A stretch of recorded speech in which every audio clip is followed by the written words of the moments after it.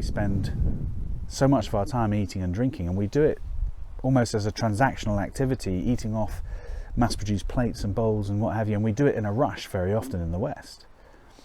And I've got a big family, and I love to sit down with them, and I love to cherish the moments we have together.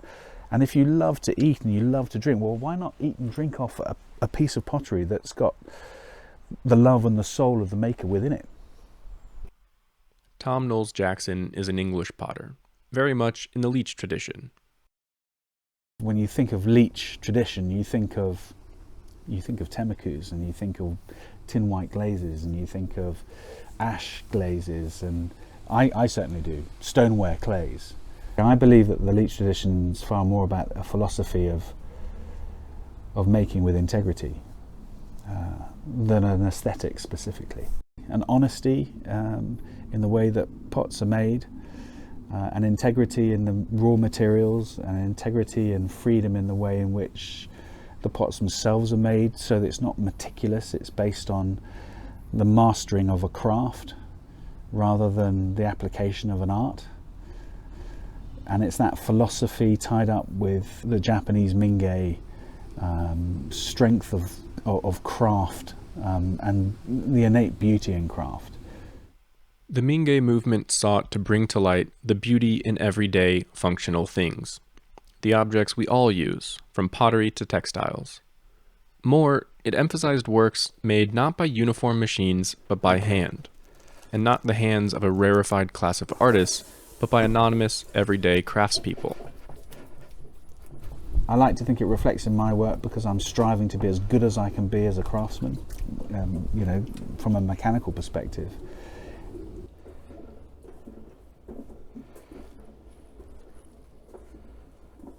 So this is a 4-pound bowl. The work is not self-conscious, it is what it is. It comes off the wheel, it's just not self-conscious. That's the beauty, that's what gives it life.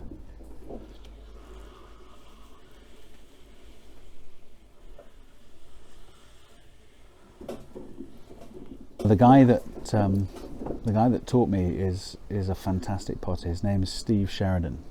Steve is an Australian potter, and in fact he's the son-in-law of Ivan McMeekan.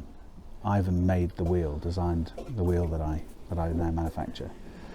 Steve taught me to pot when I was a schoolboy, and he remains a very, very strong influence. I mean, his imprint is on my interest in glazing particularly, and in throwing fine, getting the most out of the clay. That's all his influence. But then I'm very much sort of influenced in my making by the Leach tradition. So Richard Batterham, he's the strongest influence on me, I think, in the pots that I make today, and the ethos. I mean, these teapots, for me, this is me subconsciously trying to copy Richard Batterham. I'm not deliberately trying to copy Richard Batterham, although, if you're going to copy someone, he's not a bad person to copy. But that's his influence. So I went to a school in Dorset, same school that he went to actually, a few generations before me, but he never sort of flew far from the nest. So when he left school, he set up in a place called the Western, which is right next to the school. So when I went through and I was learning to make pots and I was doing shows, he would come and critique me. And he was very generous. So Richard Batterham's a big influence. And sort of that generation of potters, Michael Cardew, Ivan McMeekan, Mike Dodd, Toff Milway. Yeah, lots of reduction fired, good, earthy pot makers.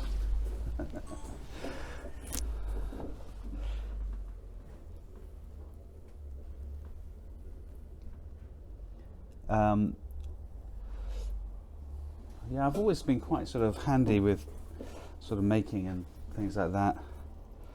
But I came to pottery. Well, I learnt as a youngster, but then I took a different path. I joined the army and took 20 years break.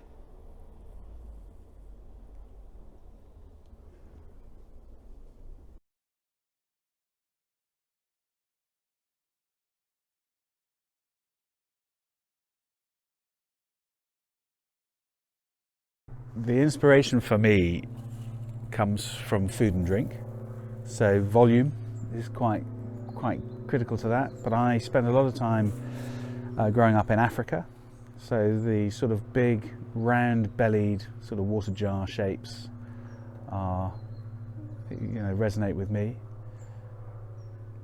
The truth is, I like to be challenged. I like to make shapes that are hard to make, and the big round bellied shapes, with functional pots, so pots that are still light enough to be used, that's quite a challenge.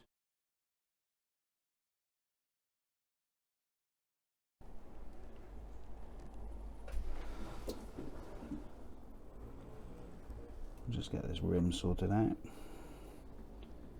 I'll try and get the rim thickened early, and then I'll take the bowl out wide.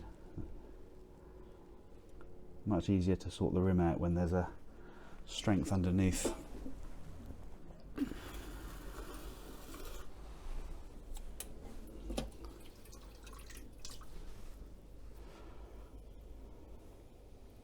lot of people say, oh, your pots are very light, and that's because I challenge myself to throw pots that are sort of light. You're going to make big jugs, you've got to be able to fill them and still pour with them. But it's not about the weight of something. It's not about making something thin for the sake of making it thin. It's really about putting the clay in the right part of the pot, so that when you use it, like a teapot, for example, when you hold a teapot, it's got to have the right weight to it, so that it, when it's full of tea, it can be poured and the balance is right. So it's as much about balance where you put the clay as opposed, as it is about making it thin and light.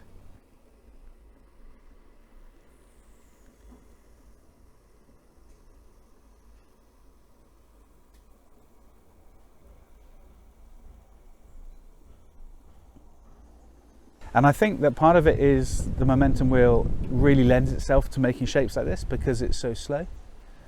So speed's the enemy. As soon as you start going slower, you can sort of, and if you just take your time making the pots, you can affect that change quite slowly and gradually. And if the clay is right, which is why I spent a lot of time developing a body that works really, really well on the wheel. If you've got that combination of the right speed and a decent clay, and then just a calmness when you're throwing, then you can achieve quite a lot, really. I think electric wheels tend to go too fast, and you lose that connection to the clay. You lose that sort of timing somehow. So for me, soft and slow. That's the secret. Soft and slow.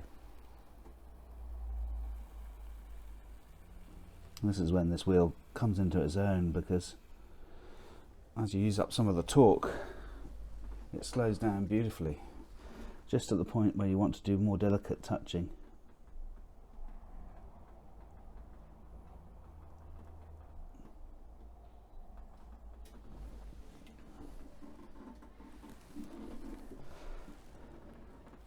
The longer you spend with a pot, the less of life it has at the end of it. So for me, particularly throwing slowly on a momentum wheel with soft clay, I don't want to mess with that. I want to get the form out, and then I want to stop, because I want to see the life in it. That's the mark of the craftsman. That's the mark of the maker.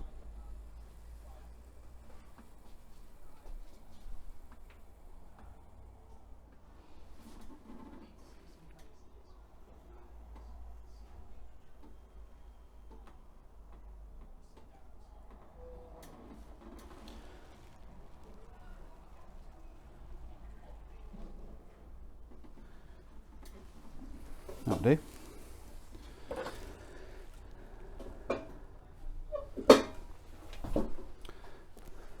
That enriches the whole ceremony of eating and drinking. That's the philosophy behind what I would try and do. I want to try and bring that ceremony back into our transactional activities of nourishment and nurturing each other.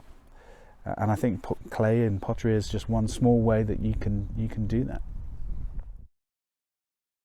Hi there, my name's Tom Knowles Jackson. I'm a high fire stoneware potter. I live and work in Stroud in Gloucestershire.